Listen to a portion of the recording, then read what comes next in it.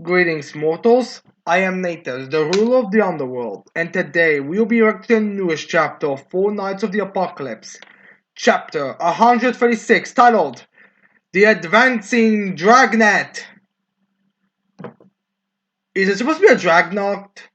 Like, there's some words that are just, you don't say it so much so you can't really pronounce it because this is like one of the few times you actually see it, how it's being spelled, so I think it might be Dreadnought, but I don't think so. And some of the letters don't really feel like they're fitting. But anyways, let's get into this chapter because even the front cover page is actually a very sad one, where you see Pelgard in his armor going to Percival like he's gonna pat him like, "Good son." So yeah, I kind of get the impression that maybe Pelgard's son. Dick was very much like Percival in terms of personality and all that, so that might be the reason why Pelgot kind of wants Percival to be his son. Maybe there's also some kind of wait a minute, maybe my wife will be able to move on from Dick if I gave her an actual son, an actual adopted son that will be everything that she's missing. Maybe there's some that level of him wanting versus a son or view him like a son. I mean, maybe I'm overly analyzing, but I imagine it might have something to do with that. Like, I don't think Pelgod is that kind of scummy dude that he would. Alright, woman, I bought you a new son. Let's move on from Dick. I don't think Pelgod would do that, like, in any level, but I could see him, like, thinking, say, why don't we open our hearts to this kid instead? So I could see that kind of logic here.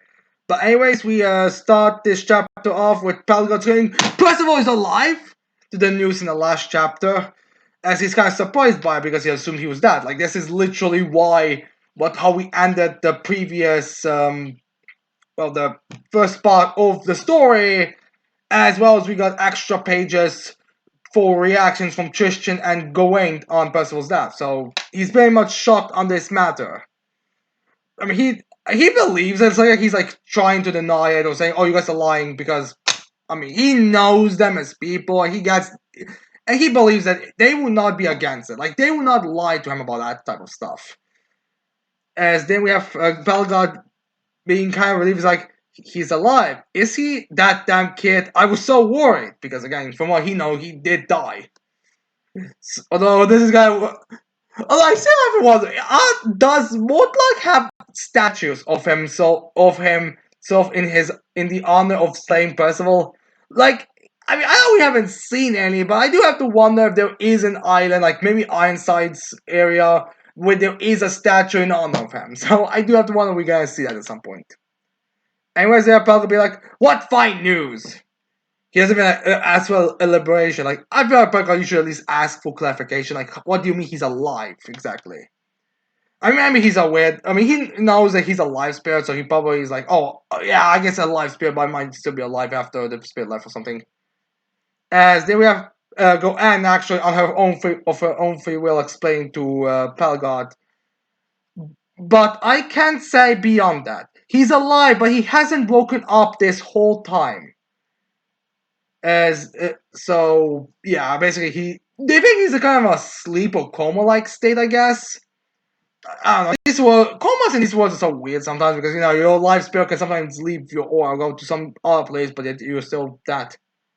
It's not if it's a similar thing like Meliodas. They like bring Percival's body to Meliodas. You're like, huh, this is oddly very similar to those times I was killed and was waiting to be brought back to life. Because I do think there was like a little bit of a time limit before Meliodas came back from the dead. Like, it's the same type of nature as that, so they were like, oh, maybe Percival at some time will be return. As they were Pelgar being like, so where is he now? Using all the questions that he built up from the previous chapter. As then we have Anne telling him, I can't tell you that. Not that I don't trust you, but I'm sorry. Basically, like, you're an enemy knight. You admitted that you are an ally and an enemy at the same time, and I can't let the information. Like, I mean, even if you're telling the truth, how do we know there's not a spy for Arthur here? Kind of deal. Like, the least amount of information that gets leaked from us in Camelot, the better it is for us. As we have Palgat being the understandable dude that he is, saying, "No, no, I'm your enemy after all." Again, like I said, understandable. As then we have the brother coming into the room screaming, "We got trouble!" with Savon behind him. As they all taken aback by him as he tells them, "I heard a bunch of noise by the gate. It's likely our pursuers." I would also say visually it would be better, but whatever. I guess you only heard them. As we have someone behind him panic as he probably untied him. As then we have Donnie panicking as Savon is staring at him. They're both panicking, having a very similar face as Donnie's like, "Oh, what?" As then we have Anne be like, "You, where's your sister?" Uh, he he came to terms with it, basically. As then we have Palgard grabbing his chair, be like, actually, the buffer says to Anne, "That can wait, hurry." As Palgard's like, "Well, lovely, they saw us." So, yeah. Anyways, then we get to our Chaos Knight with very okay, a chaos knife with a close-up of eyes and a nose of made of metal, as he says, "Oh yes, I saw it all me with these very eyes here." As we see, there's some how do I? Alright, imagine you know those snooty, itty those snooty generals in anime. Like they have high ranks, but they are so incompetent physically. And it's so snooty that you have to question how did they get command. Like they had to have paid. They had to have paid to get the soldiers they have behind them. Imagine that character with Nakaba's art style combined with the weird helmets that the Chaos Knights have, with the weird limbs that the Chaos creatures have, and you have this character here, as you have this guy, very skinny individual with a staff, I'm assuming Chaos staff that has like a end of it being a hand pointing, and a very phallic shaped helmet that it has like a little ball on top of it with two eyes and a nose and wings. And he also has like a weird wide thing that kind of looks like a grin. It's supposed to look like a face.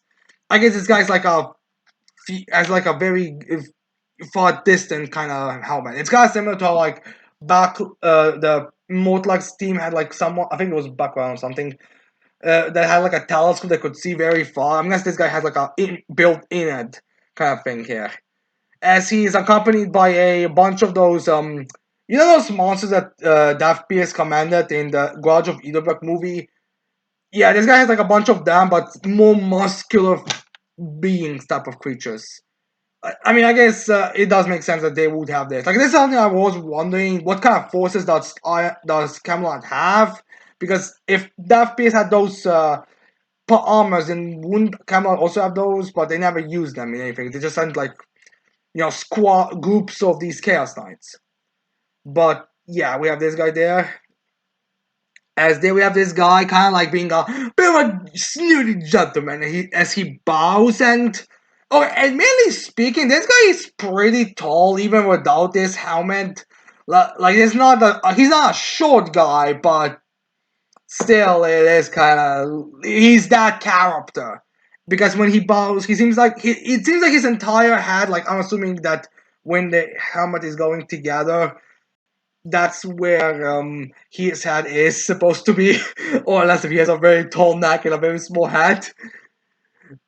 He still is. I think an entire head bigger than Pelgard's wife.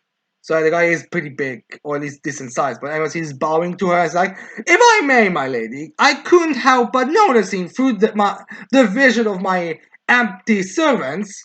So he saw from those guys. I guess this helmet was. Well, I'm not sure if this helmet has like a far distant ability itself, or maybe it just can see from what every one of these empty servants have.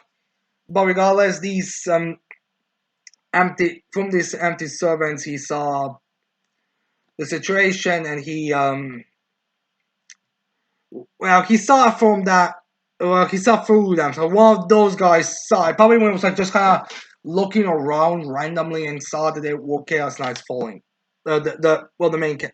No, not the main cast. Okay, the supporting cast for Four Knights of the Apocalypse falling down.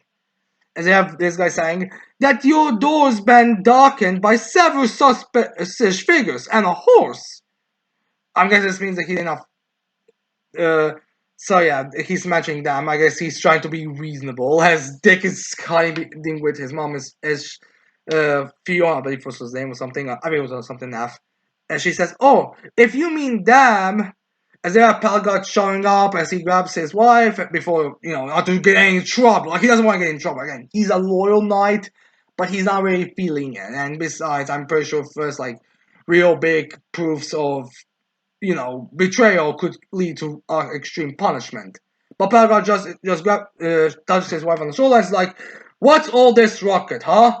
What you saw were my old friends visiting?" So yeah, he's trying to, get a cover story up a bit. As then we have this guy be like, well, Sir Palgon of the Four Evils. But you see, these suspects match the description of the Knights of Prophecy that Sir Bill Tripes sent across Camelot. So he's trying to get on a good. He doesn't. Okay, they don't know where these Four Evils live, I guess. But they do recognize them. So he's like, oh shit, this is a problem. I'm not meaning anything wrong to you. It's just there were people that match the descriptions. As then we have Palka just being all chill. It's like, well, go search a castle then. Like, again, like, in a real scenario, this Palka does have to, like, I think it's a smart idea that Palka just lets everything go as smoothly as possible because, it doesn't raise suspense like, oh, you're concerned about there being the suspects that we need to eliminate? Well, look, the castle. I'm not gonna go against you. As they have this guy screaming to his empties, "Don't let these suspects get away!" As we see like a bit of the mountain that I guess it's a mountain that Palgot is living on. As there we have everyone just wandering down from the backside while this Chaos Knights and his empties are searching for them in the castle. As we have the brother being like, "Looks like we weren't spotted." As they have Donnie as he's came off and be like, "Eek, all we've done today is run," which is kind of true, but not exactly. As they have Gawain telling, I'm thinking it's Gawain telling Donnie, hanging there. As they have Anne explaining a bit of the situation, as Anne's like, he was telling the truth the whole time. As I was like, yeah, cause he's scared of your magic. Which is true, you would be kind of concerned about Anne's magic. As we see those empties, I know why, but those empties are such in the bushes. Like, as I think even that snooty guy is like a bit pissed at what they're doing. Like, why are you guys checking the bushes right behind us or right next to us? Obviously, they're not there. I like to imagine that is what he's screaming at because again, like, why bushes of all places? I mean, like these bushes don't even look. Maybe I'm underestimating the size of these bushes, but these guys, I don't think anyone could really hide in them. Anyways, there we have Anne saying, "I guess Percival is a good judge of character." I mean, to be fair, you didn't really have much of a reason to doubt Palpatine, but whatever. Anyways, we have Savan shaking a bit as we see that there's a caterpillar or bug on his food as it's climbing up. As the sword screaming, "Bug!" Oh my god. As then we have Anne screaming, "Quiet, Savan!" as she's pulling him down as the all three are panicking a bit. Like, they don't say anything, but they are panicking. As one of the empties has, I guess, an ability to hear as it kind of moves to the edge of the bridge that they're walking to check down to see what that sound was. As we have this Chaos Knight be like, "Target sighted!" As he's screaming aloud as Bagod's like, "What, seriously?" Oh my god, this guy get bad. We were in such a good position.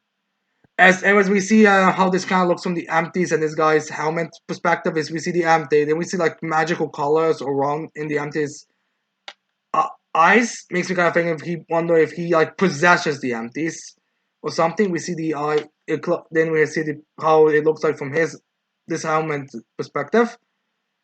As they have this guy screaming, "You can't escape us, you know!" As the empties are proceeding to move forward. As they have Fiona be like, "So our visitors were on the run, honey? What's going on?" As we have Pelgat saying, "Don't worry about it. Just stay with Dick for me." I'm assuming he's gonna explain some way. I'm assuming that Pelgat is going to have come up with a story to like cover him, like cover his ass and all types of stuff. But we have to wait. And we have this cast, I'm like, so Paragon, may I ask for your help in capturing these escapees? He's probably not. I'm not certain if this guy is not considering the possibility that Palgat is helping them escape, especially since apparently from the wife her own says she's like, wait, were they on the run or something? I guess as Palgat just listens to that, it's like, oh my god, you're dragging me into this. I can't say no to that type of stuff nonsense. Anyways, then we have to see some little bit of the trees as we have Gopher saying that way. As they're like, huh? As they see the empties like jumping around the trees, like hoo hoo hoo. As Gopher says, we are spotted. And the screams like, that stupid knack. I'm not sure if he's referring to Belga or who, but actually he's probably referring to the horse. Like, if you hadn't screamed, we would not have been in trouble. And we see those empties like running, and they're like, woo, like doing an extreme stance of running, but they're empty father soldiers. So Donnie is being the Chad that he is, and just uses his tactic to be like, well, here goes, as he clutches his fist, which turns one of the empties into, covers one of the empties together, and then he just like pinballs them all around, and like 9 smash! Probably a paintball reference or something, but because they're just a bunch them just getting smashed all over the place. As we have the public, whoa! As they have Donnie still being kind of serious, as Annie's unsheathing her rapier, as he tells them, no, there's just too many of them. Because again, there's like a lot of them. I mean, this character doesn't look that particularly powerful on his own, so I could definitely see him traveling with an army or a very large squadron of these empties. Kind of weird he doesn't at least have a partner. I mean, granted, like, you'd think that he would have a partner, considering, everyone else kind of had one, or was at least kind of group setting, but I don't know, maybe, I guess the guy who was, I guess in Camelot, the Chaos Knights can move around more on their own with maybe some chaos creature behind them, because similar to the guy that Anne encountered at the beginning of the time of the part 2, he was also alone, so, but, it's kind of weird. Anyways, then we have someone Pelgard using Immortal Fire as he just burns everyone in the circle. As then we have this fire, no way! As then we have this cast what are you doing to my servants? As then we have Pelgard riding on his ship says, move it! Get your foolish minions out of my way! As this cast yes sir! I mean, Pelgard, again, I'm kind of questioning whether this guy doesn't even suspect anything. Maybe he is. Like, maybe in the next chapter. Well, actually, I don't think we see more. I actually don't think we see that much update on what this guy thinks. Although, to be fair, I'm not remembering all the Ross. But I do think it's weird that this guy isn't suspecting anything at all. But Pelgard's logic here is basically like, dude, you're in a forest, find a guy with fire. And we are trying to eliminate these guys if we can capture them. Obviously, I'm gonna burn the entire thing down. As then we have Pelgard saying, forgive me, all of you. I have to fulfill my duties as a knight of the king. As he puts it, again, kind of suspicious words. As they have Donnie screaming, dude, you're kidding me! As then Gopher, I'm assuming, quietly explains to Donnie, think about his position. Unless he defeats us, his family is clearly going to be in danger. As then Pelgard has a serious face being ready. As they have Donnie Gopher saying, but we won't take this sitting down either. As then we have this snooty guy be like, I can see it! The pitiful depths of this rubble! As then we see a clogs pushing down this chaos and like, Bruce, come! As ending his sentence, as this wolf is boiling down, as Pelgard says, Marion! I'm not sure he's referring to the dog, not the Chaos Knights. As we see one of the wolves that Pelgard owns, as we see Gopher's hand there. It's just one in the last chapter, so I guess this connects the last chapter's first page to this chapter. As Pelgard sees Gopher's hand on, I'm guessing Marion, as he, as Pelgard's like, my pet is being controlled! Which, this one is probably true. As he realizes the situation, as then we have Gopher's hand like sort of preparing itself similar to the thing in Adam's family, as it sends some mind magic on Palgar to here it's just inform what he must do for them to help them escape. But what it will look like to everyone else is like this is a brainwashing, beating Palgar kind of situation. As Palgar, like, yeah, as they have this chaos knight be like, so Palgar. As then we have Go for saying what spell he's using on Palgar so the chaos knight would say what's going on, or at least what they want them to believe. As Gopher says, I call it Mindstorm. It confuses the target, making him do himself in. Basically, self-destruction type of deal. As they're like, huh? As then we have Palgar jumping from that shield and kind of, getting his stance ready. As then he has like a little bit of a smirk, being like, huh? Which I think it's revealed in the next chapter that he's not actually being controlled. He's just being informed how he can help them escape without the way that both sides are gonna win this. But regardless, it's basically just a way to get themselves out of trouble. Again, then we gotta talk about the four evils power scaling since in the next chapter, since there is some information that we should be probably running through it. But since we only have the Ross out now, we are not going to go through them for right now.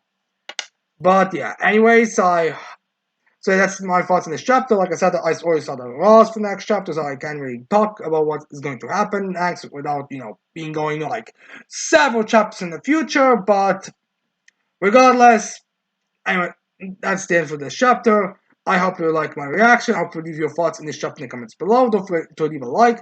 Subscribe to this channel for more videos in the future. And with that said, I cannot wait to see all of you mortals next time. Goodbye.